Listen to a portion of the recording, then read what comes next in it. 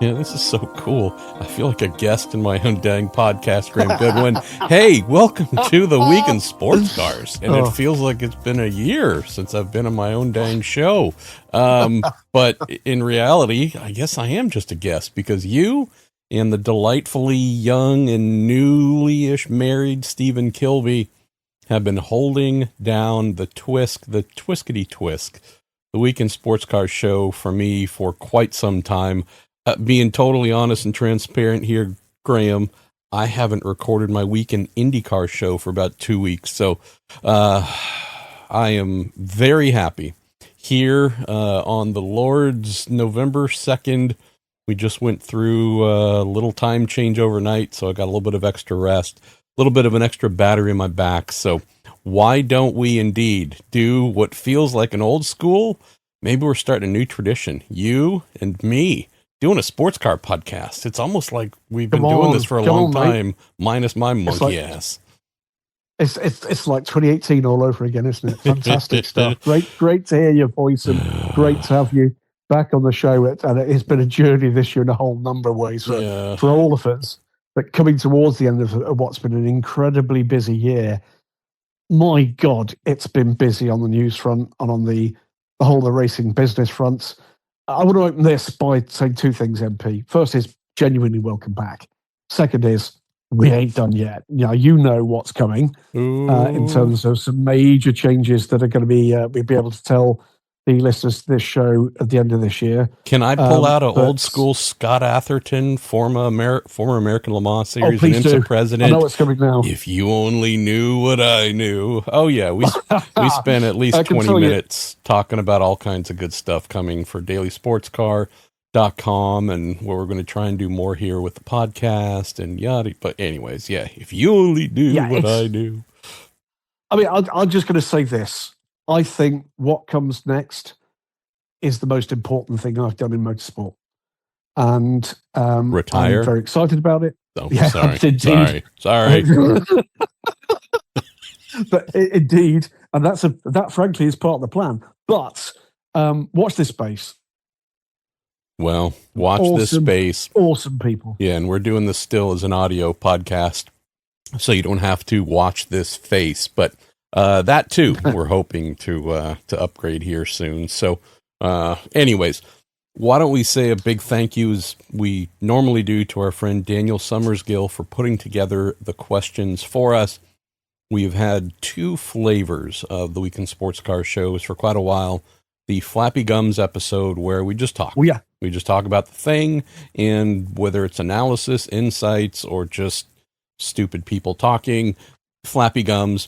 The original concept for the show, which we don't do as many as we used to, is truly the Week in Sports Cars listener Q&A show, where we seek your questions and answer them. And that is indeed what this is here. So our good friend, longtime listener, 10th anniversary of the overall podcast, I think 8th anniversary of the Week in Sports Cars this year, Graham. Don't know if you heard about this new podcasting thing. It's all the rage. It's amazing. Yeah, and somewhat kidding aside, I felt like I was miles behind the curve when I started this stupid thing in 2016. So anyways, but yeah, great to see and hear that there's a lot of other podcasts that are coming along every day, but nonetheless, our guy Daniel's been putting together the questions for us for a long time, and as well to our show partners, that being the great purveyors of modern motor racing memorabilia, TorontoMotorsports.com. If you are attending IMSA events, in particular the Enduros, maybe one or two others, you will find their merch trailer. They are the official merch agent of FAF Motorsports. If you like things plaid and Lamborghini-ish, boy, they got everything for you, plus a ton of great models, shirts, stickers. Please go see them at the track, but also pay them a visit at TorontoMotorsports.com. And then also our long-standing show partners as well. The Justice Brothers, justicebrothers.com, makers of the mighty fine, the finest automotive chemicals, lubricants, and cleaners, dear Graham Goodwin. I'm staring at a bottle here, not of water disbursement version 40, but JB80, twice as good. The best lubricant. Wow. It says it on the can. Twice as good. So I'm staring at that right here. I'm also staring at, on my bookshelves, which are even more ratty than they've ever been, an old beanie. I guess if I was Canadian, I'd call it a Ooh. toque, but about a 1975-76 Justice Brothers beanie that a friend sent to me. And I sent a photo of that to our friend and patron, Ed Justice Jr., and he was just gobsmacked by it. But anyways, big thanks as well to longstanding show partner. I think 8 years for them as well. That being the makers of so many good things used throughout my life, working on cars and race cars, supporters of Wayne Taylor Racing as well, I believe. So pay them a visit, justicebrothers.com, and all that good stuff aside, let's do a good old MP and GG twiskity twist here. Why don't I kick things off with our friend Nicole? I believe this is a Twitter/X tag at Nicole on Racing. With the WEC team, that being Weckety Weck, the official name of that series. Indeed. With the Weckety Weck team closing its doors, Graham, do you expect the Porsche factory roster to be significantly downsized? Obviously, you've seen some action here already. Can I take Nicole's question, lob that to you, and also mention 2 years in a row, approximately 12 months back-to-back consistency where a factory driver won an IMSA GTP championship and was not retained. Strange. Here we are 12 months later. And I realize Nicole's question is on WEC, so we're going to dive right into that. But it does fit into the bigger picture here of downsizing and movement. 2 champions crowned in the last 12 months for the at least American portion of this, and 2 of those champs gone. Yeah, I mean it's worrying times, isn't it? Like now, the world has seen the extent of the financial woes of Porsche's core business, and now there's a better understanding, I think, of exactly what's driven the decision to leave Weckety Weck. Mathieu Jaminet has announced he's leaving. I'll add here, though, MP, some concerns that the general stewardship of what used to be, through the last couple of decades, one of the golden tickets in endurance sport, certainly with Corvette racing and with Porsche Motorsport. They were the seats that you wanted to get, that you knew if you didn't mess up, and sure as eggs is eggs, they generally don't, that's a seat for years and years and years. And it just hasn't felt like that for some years. You could seemingly retire there if things go well. I mean, rumblings within the camp of, very much a change to the guard over the last 3-4 years. Will we see a significant downscaling of it? It's an interesting question, Nicole.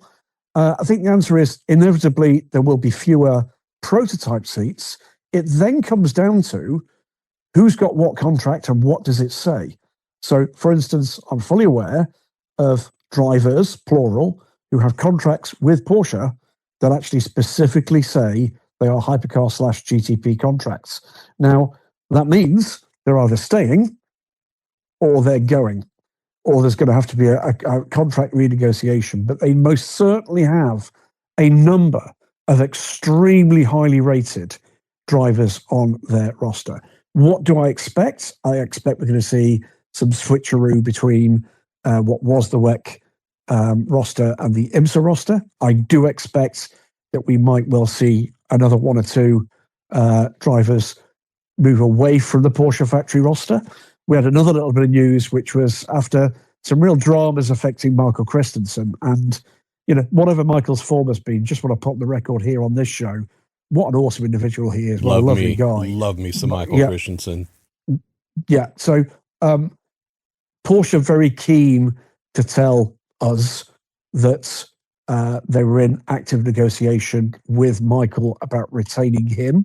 My guess would be that is going to be for a GT seat. We know that he's had tests with AO Racing, etc. There's all sorts of things that may go forward with that. But what do I expect? I do expect that it's going to be, when we get to the Porsche United Champions the last weekend in this month of November, that we're going to be hearing that they've got fewer drivers across the board than perhaps we've got right now. So that's sad. It means that we're going to be seeing drivers move on. I hope we retain all those drivers within the sport because, let's face it, you don't get to be a Porsche factory driver by being mediocre. So that means that there should be the opportunity in this, said again, golden era, that there might well be seats where there are the opportunities for those drivers to actually land. I can tell you right now, from what little I know, multiple of those drivers are in high demand from multiple other factories. Let's stay with this for a second. We have a question from our pal who puts together our week in IndyCar questions, Jerry Sudduth, huge sports car fan as well, says, is the departure of a tenured driver like Jam Jam an indicator the direness of Porsche's situation, or is it a matter of opportunity for him? Any indicators on where he may go? And I thought this is not just a great thread here presented by Jerry, but also an interesting one for us to explore, Graham.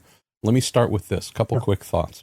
To the direct question of Jam Jam, I'll be very surprised if we do not hear of him being confirmed with a Ford or a McLaren, something with a new hypercar program that's brewing. He's far too good to be doing anything less.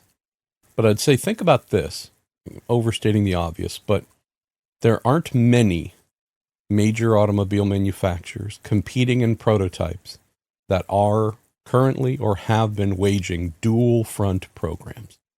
IMSA, WEC. We look at Cadillac, obviously, wonderful. We look at Porsche, wonderful. Haven't had Acura. We've had BMW. Gotcha. There's been some evolution going on there. Lamborghini's tried that. We know where that's going. You look across and see how many are truly campaigning big, ongoing dual front programs. It's not that many. The end here of 2025. Bahrain coming up here to close the season. But it's not that many. We look, Graham, at some of the announcements that we've had, right? Mentioned Ford coming into hypercar, McLaren. They're entering on a singular front for McLaren. Learn that Ford's going to be looking after their own. I just say we need to acknowledge the size of some of these manufacturers and what they're doing. Porsche's big in motor racing, but not a giant company in and of itself. It's part of a vast company. We know that, right? But it's not as if Porsche has billions and billions thrown at it to go and play motor racing across Formula One, IndyCar, NASCAR, right? Sports cars is where it lives. Had some downturns financially. Their EV sales haven't been as rich as they'd hoped. So we're seeing a little bit of a downscaling here, but it's the culling of one elite program, not every aspect of that elite prototype program. You look at a Ford, boy, they're spending a lot. Formula One, obviously NASCAR continuing there, getting into Le Mans prototype level endurance racing, adding to what they've been doing in GT. But we know size-wise, Ford, boy, that's a big bank vault to work from.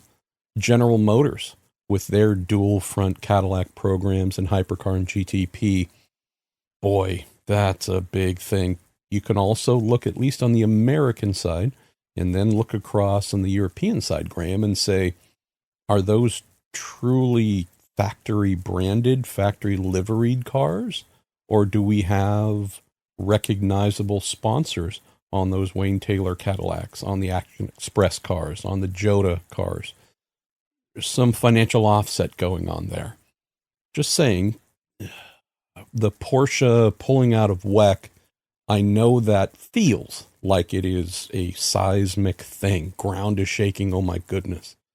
I don't know if I would take it all that way, considering that they're still competing here in America, their largest market, still have their Formula E program happening, all the other things they're doing in the sport below that. It's a big thing, but I would say not the end of the world. The other thing that I'd add here on the driver front, specifically coming back to Jerry's question, and throw this one to you in just a sec, Graham. If I'm a Jam, young man, but he's been doing this for a while, right? Established himself.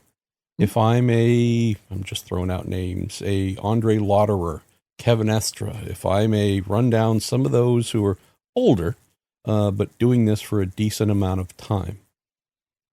You go through a lot of these programs coming in, programs going out, if you're tied to that same manufacturer. Get to a certain age, though, place in your career. I can't tell you why Jaminet and Porsche are no longer working together. Is it purely his choice, purely theirs? The two decided together? Maybe we'll learn. But I'd say look at someone like a Jaminet and go, okay, top operator, championship level operator, GTs, prototypes. This guy's elite. At a place in his career where he knows, okay, it's maybe halfway over, maybe 60, again, whatever the percentage is, but he's no longer 22. He's no longer on the early side, looking for opportunity, willing to take smaller financial deals in the name of creating a bigger pathway, runway for himself in the sport. So I look at a Jaminet and go, okay, if I'm his manager and Porsche's saying, well, we're axing half of the prototype effort, still have this here in the US, but obviously finances are now an issue, a concern. Start thinking about other sports, Graham, where you go, okay, hey, star player in whatever stick and ball arena, you're a little bit costlier. Your runway isn't as long. Who's coming along that we can probably get at a lower rate that would have either a longer runway, or there's a lot more of those types of drivers available for us to go and get. That's a different place a manufacturer's at than, say, a veteran, mid-career, younger, but still mid-career veteran like a Jaminet, who isn't living in some inexpensive apartment somewhere and, eating, door dashing or Postmatesing or whatever it might be, and got a real life, need to support that real life. Very different place. So I think of someone like a Jaminet to close here and say, if I'm him, I'm looking at my career, I'm looking at the runway left, I'm needing something that I feel has enough security, something where I can say, cool, I'm going to sign a contract and I know the next 3 to 5 years are going to be high-level, well-paid, premier program, because the runway is shorter than that kid who's doing their first race for Porsche this coming weekend, or otherwise, who can be acquired for a lower amount and possibly be turned over for another if need be. Just recognizing here when we talk about the changeover and, hey, boy, why isn't this person staying or being retained? We have something where we have a bit of a diverging platform between manufacturer and some drivers with where they're at in their career. Yeah, I think that's all perfectly fair. I mean, the other bits we don't know what conversations have been had about the destination of the drivers in the hypercars that were previously in the WEC, whether or not that formed part of it. But ultimately, I think you're right. This is about longevity of and reassurance of both position and remuneration in what is a finite career for a professional driver. And good luck to him. He's always been an absolutely class act on and off track. And good luck to Mathieu. As to where he's going, I think you're right. I think it is going to be one of the new programs, whether or not that's part of the Genesis program for next year, or whether or not it's McLaren or Ford, but beyond that. But I'm absolutely certain he would have been on what will be a fairly short list of people we've got to try and get. And if you're on that list, the reality is that the potential remuneration for that is going to be pretty darn good. Still lots up in the air to do with what happens with Porsche. I wanted to just to tack onto this, MP, you're completely correct, by the way, about not overreacting to what Porsche have done. What, let's hope, is a short-term issue financially for them. Not the first time we've had this with a major OEM. All sorts of questions arising from that. I've read all sorts of reports about what's definitely happening, what's definitely not happening. I can tell you I've not read anything anywhere so far that comes remotely close to what the sources that I've been talking to in the paddock, in the industry, in terms of race organisation, are telling me is still on the table. Where are we right now? Where we are right now is Porsche Penske Motorsport will not be in the FIWC in 2026. If that's all she wrote, that means that Proton Competition cannot enter the FI World Endurance Championship. Without a manufacturer representative, they would not be able to enter the 99 car in 2026. Is that where I expect us to be right now? No, that's not where I expect us to be. In terms of what the moving pieces are, they are multiple. And it's the most likely option is not quite what people think it might be. So, Graham, can I get you to explain this, help learn us a little bit? So in IMSA, for example, let's say I go and buy a race car that I just really love and want to compete with in the WeatherTech Sports Car Championship, but it is from a manufacturer that is not engaged with IMSA as an official manufacturer. There's paperwork that must be signed. There's agreement that must be executed, and payment as well, a marketing agreement that we're aware of.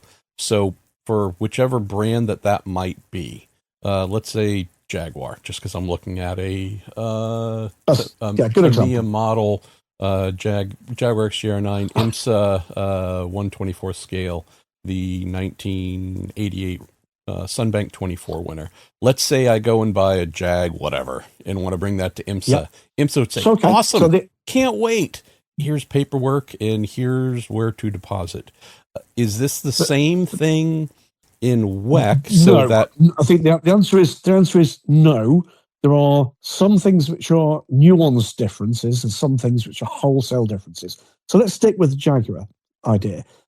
IMSA would accept that car if it complied with GTP regulations that have been through homologation.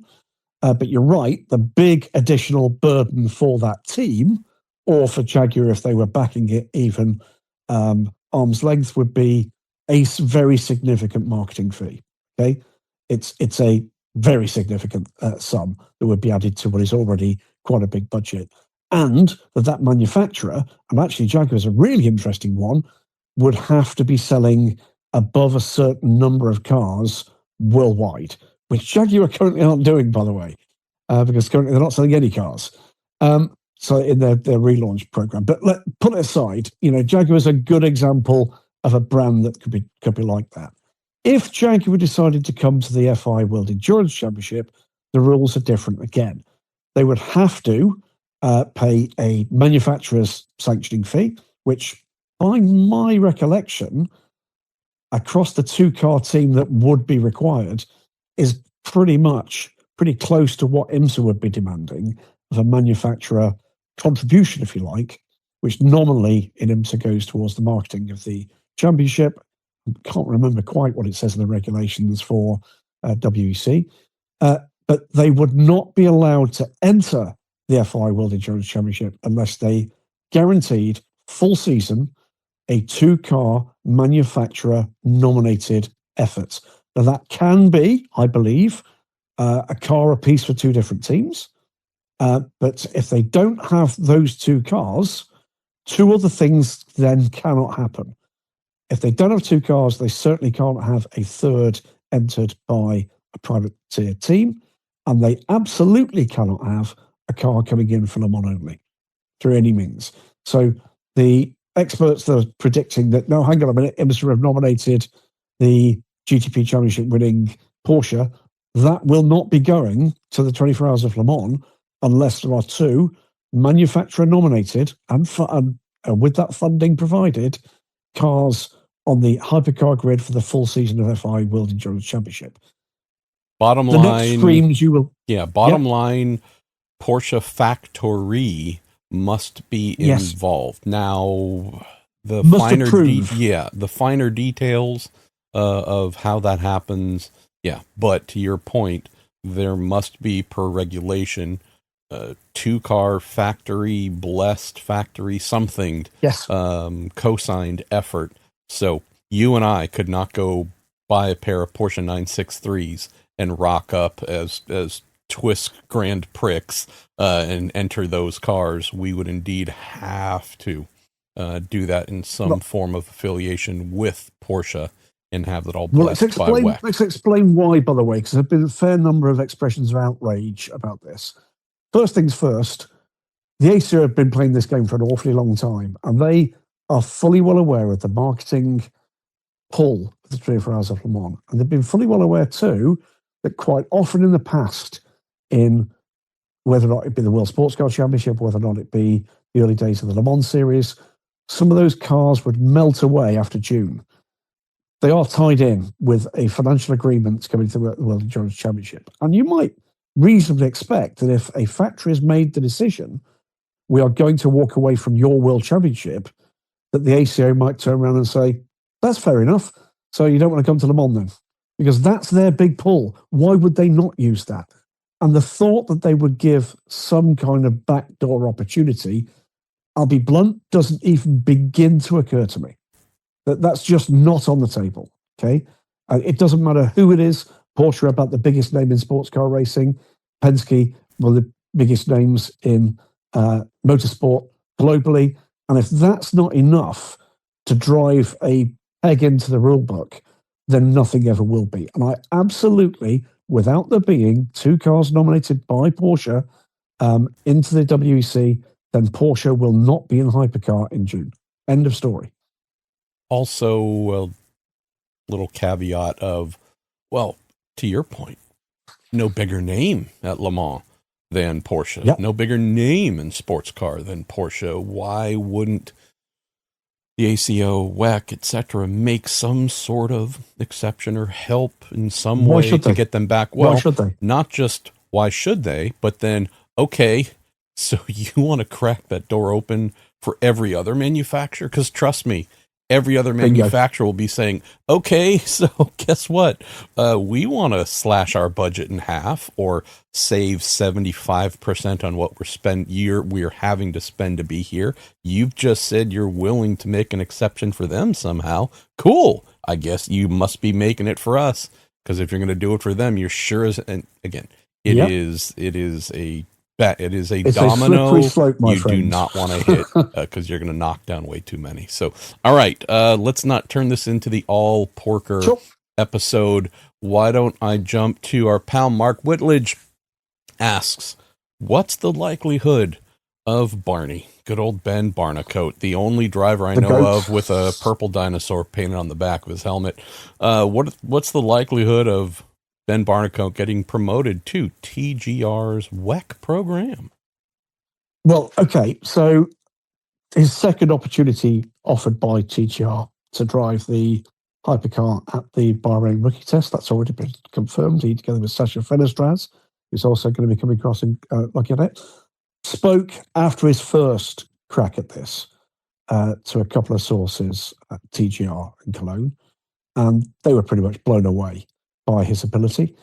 The key here is what is their transition? I don't know why. I mean, like it's one of those like this. Okay, this wasn't a known. Anyways, like the guy's freaking amazing. Yeah, sorry. I mean, there was an element here where I sort of wonder whether Ben's had an odd season being away with injury rather.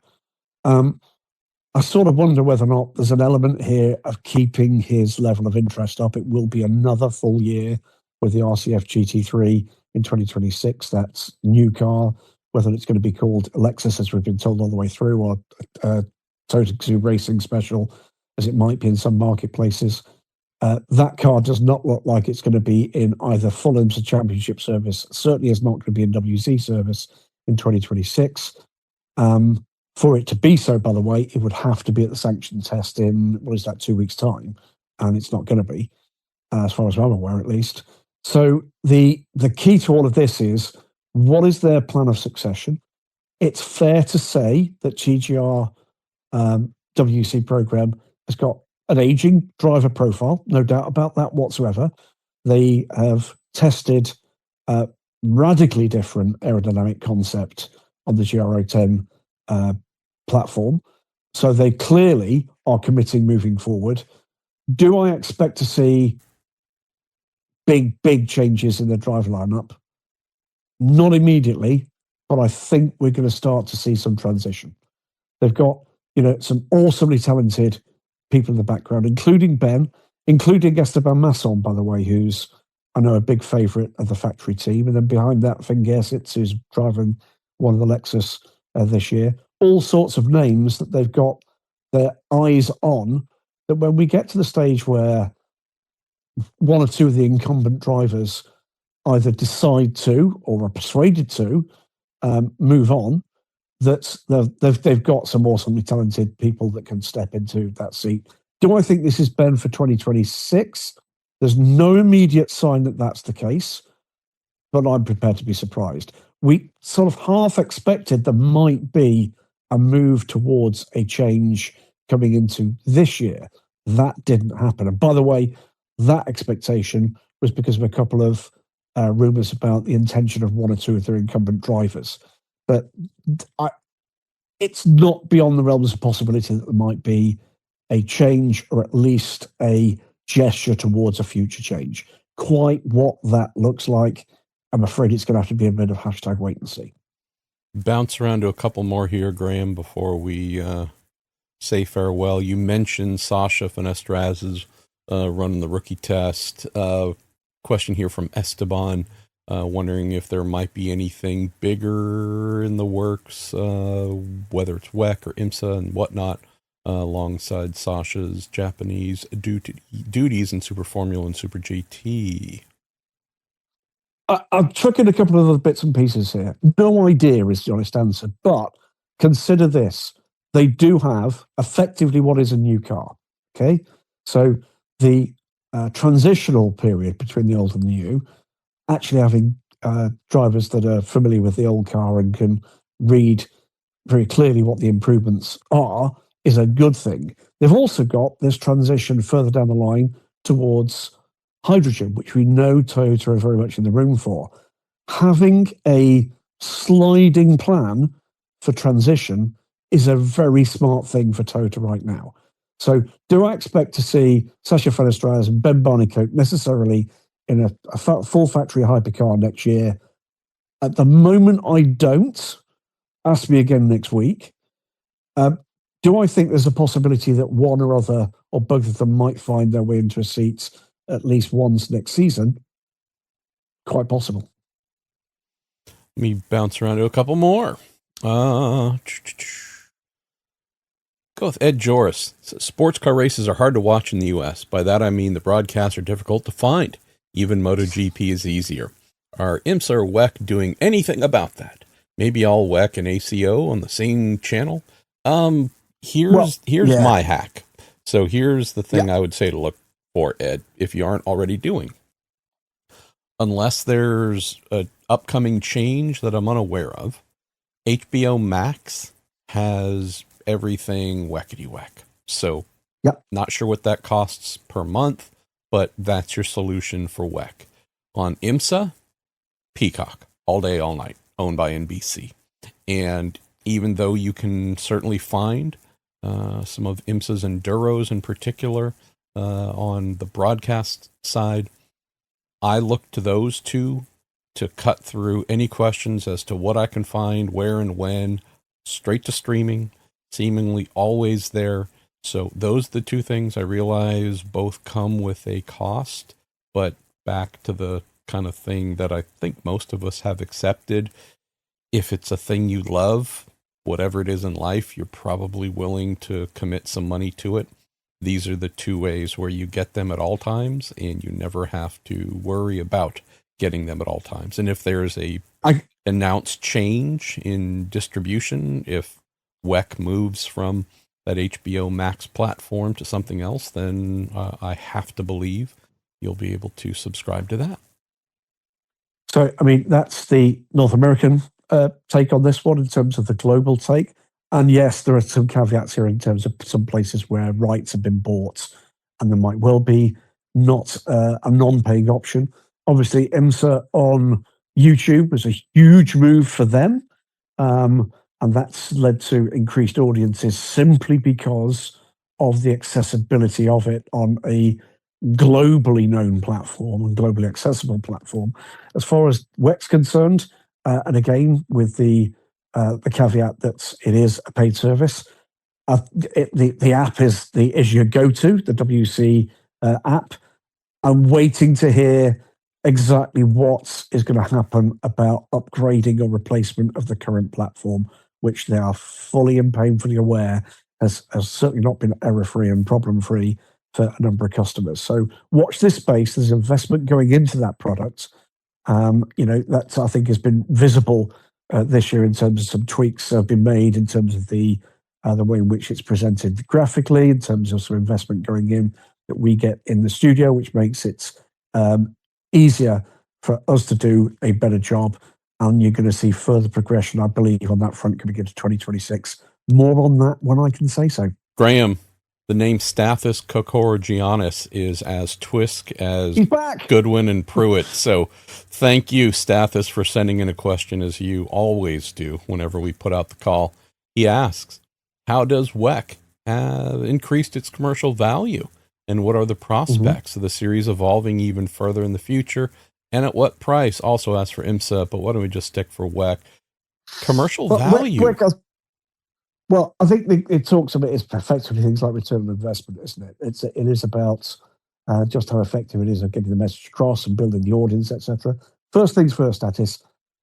We've never had more people through the turnstiles, and that doesn't just apply to WEC. It applies to European Le Mans Series, where we're getting decent numbers of people coming along to see those races, despite the fact that, of course, there are no full pro manufacturer teams involved in that. So that is people just coming to watch the pure sports. That's great stuff. Numbers in terms of people watching the ELMS races are up.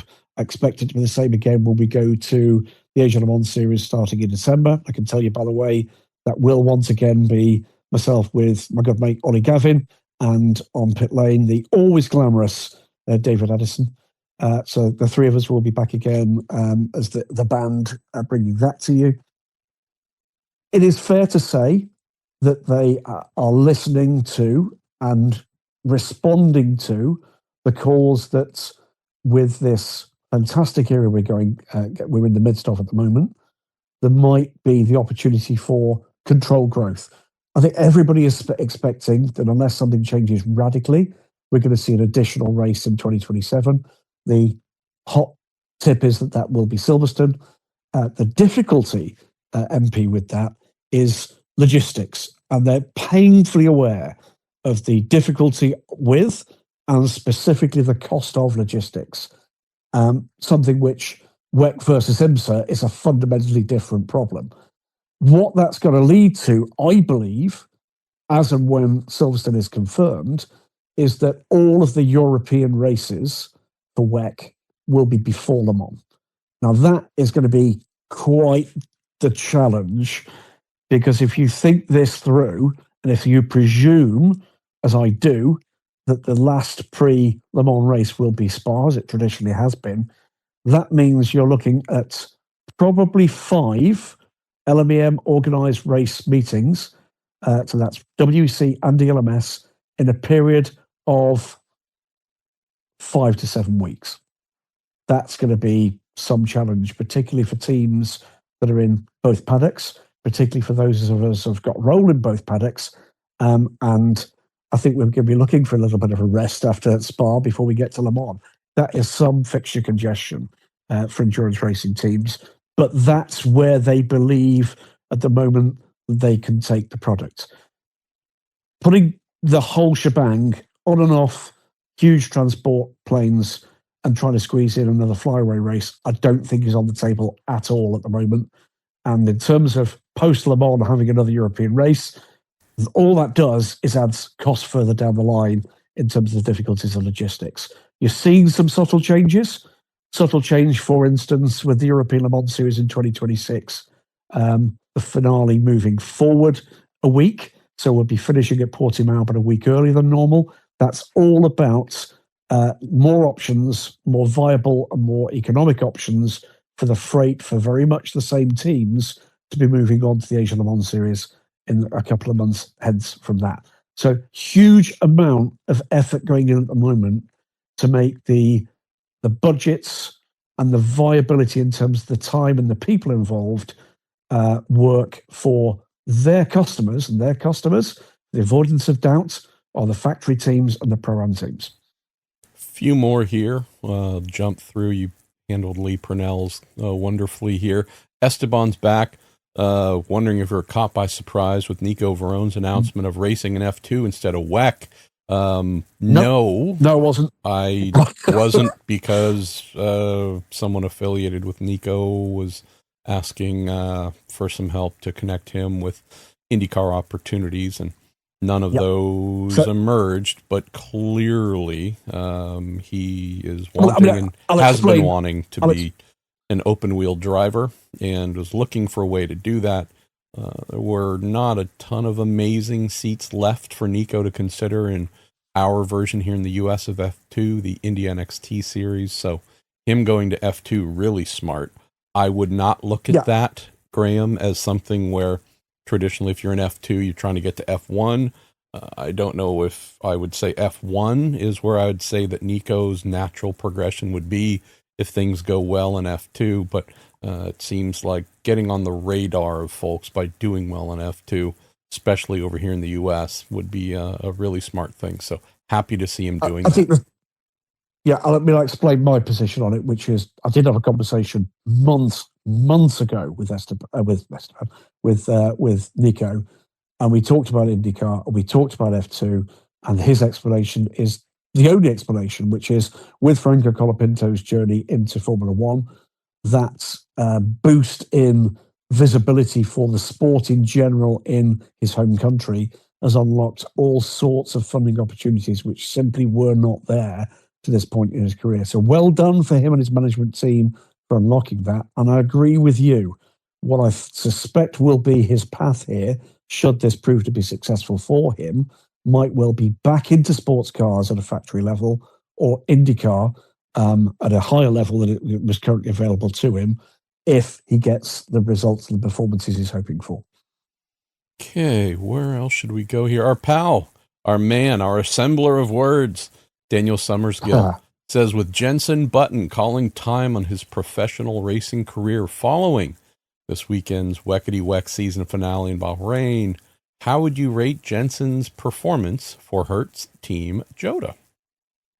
I think Jenson himself has been disappointed, is the honest answer. It's been a pleasure in that paddock. He absolutely has.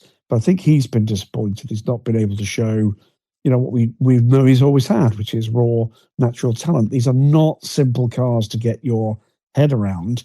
And I'll be blunt. I think he's enjoyed the experience within what is an awesome team at Cadillac Hertz Team Jota. I'm not sure he's enjoyed the cars, is the honest answer. I think that might have been behind his decision to make it clear some months ago that he was going to be calling time on a full-time professional career. Other than that, to say that he's got other things in his life that are important to him, including a young family, and good on him for that, to have worked as hard and successfully as he has in his career for as long as he has. He deserves that, and we'll be sorry to see him go. I think that goes without saying, but it does open up an opportunity for someone else who's going to be equally awesome, or in that car, maybe even better, to fill that void. Will they fill the void of an F1 world champion in terms of visibility? Probably not. But I want to just say, put on record, thanks to him for his outlook and his attitude in his time in sports car racing. It includes all the way back, by the way, lest we forget, as a Super GT champion when he first moved over from F1. And the fact that he is something of a more elder statesman in the sport has been out there enjoying all sorts of forms of racing, including a British GT race, God's sake, the GT3 car. I think that's exemplary for others finding their way back to a joyful place in the sport. And who's next? Well, next is Max Verstappen. We already know that Max is looking at the Nürburgring 24 Hours next year. We know as well from recent interviews and statements he wants to do all the major 24-hour races. And you know what? He'll be very welcome as well. Okay, 2 more questions. Sure. Granted, there are more questions in these 2, but we'll get to 2 more. Super remiss if we did not include one from Miggins Motorsport, another veteran in the same vein as Stathis of the show. Very open-ended question. Given Ferrari's domination of Weckety-Weck Graham, do the FIA and ACO need to have a rethink regarding BOP? I think the answer is they are rethinking. We've seen kind of statement and slight counter statement to do with success ballast. Will it come? Won't it come? It's an option. I think they've learned two lessons this year. They've learned that what they came forward with, and they came forward with that option, by the way, the current system, simply because they felt that the manufacturer teams, were getting too close to be able to game the system. They were looking to add complexity and effectively a lack of transparency so that they could keep control of an actual balance rather than people gaming the system. I think they've slightly overstepped on it. It's become too complicated.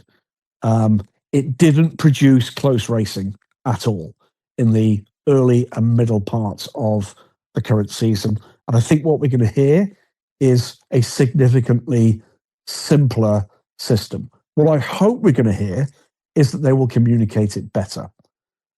So rather than having this cloak of secrecy around it, that there will be a lot more openness in terms of the data sets they're using, how they're using them. And what I also hope is that they'll develop a bit more steel around challenging some of the arrant nonsense that's been said and written about balance of performance in sports car racing.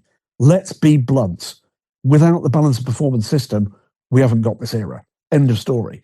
The manufacturers would not have committed, and they certainly wouldn't have stayed, in some cases, as long as they have stayed. We seem to be in a consistent whirl here, MP, of a cottage industry of Team X has had a bad race or two bad races, they'll definitely leave at the end of the year. Here's the thing. One team is leaving at the end of the year, and that's Porsche Penske Motorsport. And it's bugger all to do with the balance of performance. It's to do with their woeful performance as a company in the marketplace right now. So, yes, I think it's important. I think it's important in terms of making sure that they are proud of whatever system they've actually got.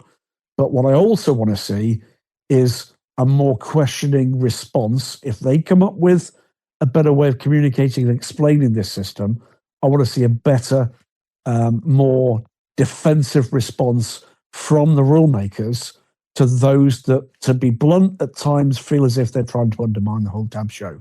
That, to me, is selfish and irresponsible on the part of a number of the people doing it in the ways in which they're doing. There is fair criticism, okay, for this and any other system. It is undoubtedly the case there's fair criticism. But some of the way in which the reporting of this sport has been allowed to deteriorate to the state that it does, where we're waiting for a grid of figures, quite often which we don't understand, before we just write a story that basically says it's going to be crap. That, to me, requires it to be somebody's job to go and ascertain whether or not the person or persons writing those stories actually understand the bloody rulebook in the first place. There we go. Last one here, Brian McCoy. I'll save the whole readout, but it's inquiring whether something he's heard about Honda Racing Corporation US, about them getting into supporting vintage racing. Mentioning that he's heard that Acura/HRC is starting a classics part division supporting a Honda racing product eligible for vintage racing, which includes the Acura NSX GT3.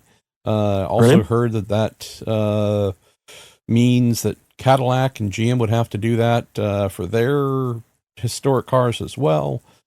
Said he's heard that HRC still has an interest in seeing the ARX-05, the DPIs were shuttered after the GTP formula came along, being vintage raced, etc.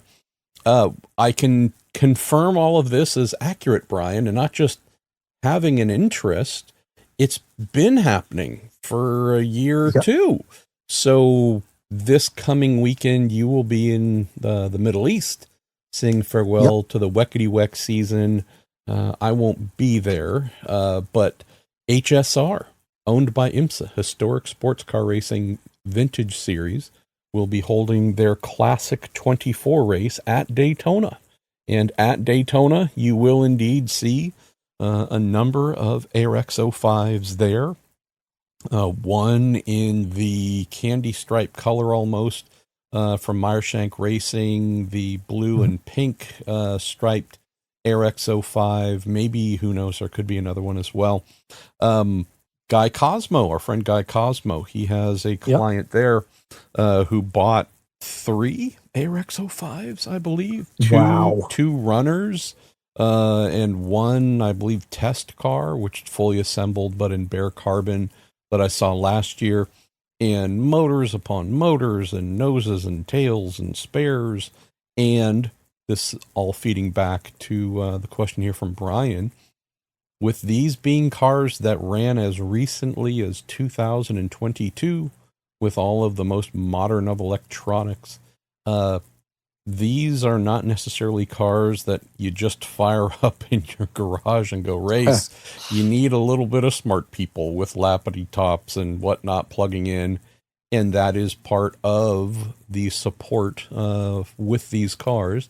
I don't pretend to know what the number is, Graham, but they do indeed pay for HRC US to support them when they go and run. So one or more people from San Clemente, where HRC is located, get on a plane, fly to whichever HSR race, and plug in just as they do at a IMSA GTP event or IndyCar event or wherever they might have their programs happening. So, yeah, not just an interest, but already in motion, already happening. It's great business. It's great business. I want to finish up the show by expanding on that. The post-historic scene is exploding.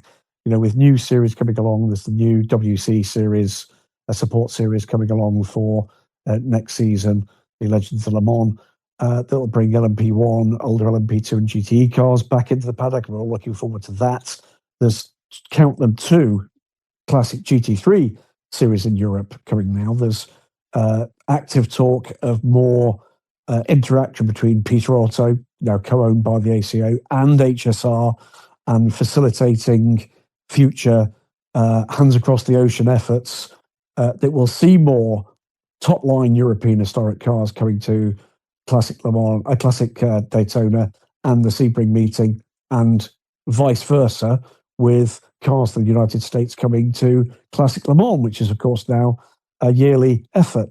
If you want to hear the absolute epitome of that marketplace, it comes from our friend and colleague Lawrence Butcher, who was for PMW and for DSC at Ferrari's Finale Mondiale last weekend at a very rainy Mugello. He was there, MP, to put together some stuff for his major clients and for DSC on the technical journey of the Ferrari FXX program and the Ferrari 499 Modificata program. So we'll be seeing a lot of really cool tech stuff coming to those pages pretty darn soon. One of the things that Lawrence discovered was the number of 499 Modificatas now built is, roller drums, 30. What? 30. I mean, you have 5.1 yours, right? You have yours that you ordered. Mine. So, in orange. Yeah. I've never been a big Ferrari guy, so I've held off, but it's a bugger to park it, mate. I mean, honestly, with me, where we are, it's on a curve and on a slope, and the handbrake's rubbish. Doesn't even have the big cup holder like the Porsche 963 RSP. No, I mean, doesn't. What do you get for your money these days? And no Google CarPlay either. But here's the point, and here's the number. 30 is a big number. 30 times 5.1 million euros is a bigger number. And what that is their customer, not historic, but customer racing program, putting a big dent in the budget for running the factory program itself. And that's something we're seeing across the board in sports car racing now. And HRC getting behind that customer historic race market is just part of the same. Ferrari have the same kind of outlook on it. We know Porsche Motorsport do too, and there's going to be more besides. this is going to be a significant part, growing part of the scene that we're going to be talking about for many, many years to come. So here's a fun little addendum to that.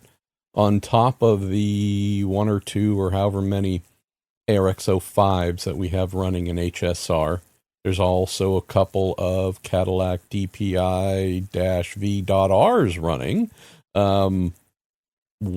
At least one of them prepared and run by Phil Binks.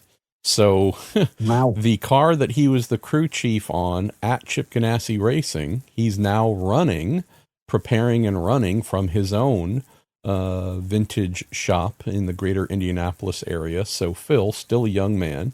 Phil does that. His dad, Dan, I believe, is building the motors for them. So yeah, we do indeed have a continuation of this awesome DPI era. Don't have any other brands that I can think of at the moment, but, and granted, there weren't a ton of others. Maybe you could get the old Nissan back out, but anyways, that is happening, and it's awesome. I'm right, aren't I, that event regularly sees contemporary LMP2 cars running as well. And we have the We Love You dentists and chiropractors LMP3 cars running as well. So all kinds of fun. MP, before we just say goodnight to this, thanks for doing it again. It's great to hear your voice back on the Weekend Sports Cars. More power to this. We're going to try to get some shows together around the Bahrain season finale. As I said, after that, I'm around the world again with Macau and a unique race meeting, the opposite, if you like, of endurance racing, before we start to wind up the season with the Asia Le Mans Series in December. And we'll talk in the background about what we might want to do with that. Maybe a little bit of a different, feel to the fit and finish and twist as we come to the end of the year. But from me to you, mate, it's good to hear your voice. You as well, my guy. Let me throw this to you. Done this in a while. Graham Goodwin, take us home. Well, thanks to Marshall Pruett. Thanks again to Daniel Summersgill for putting together the questions we've used on tonight's show so very quickly. Thanks, as Marshall said at the top of the show, to the excellent people, the Justice Brothers, and the awesome people at TorontoMotorsports.com. If you want merchandise with a dollop of maple syrup, they are your guys. Tasty. This has been... It is tasty. This has been the latest edition of the Weekend Sports Cars. It's part of the awesome Marshall Pruett podcast collection, and we will be back with you, I hope from Bahrain, next week.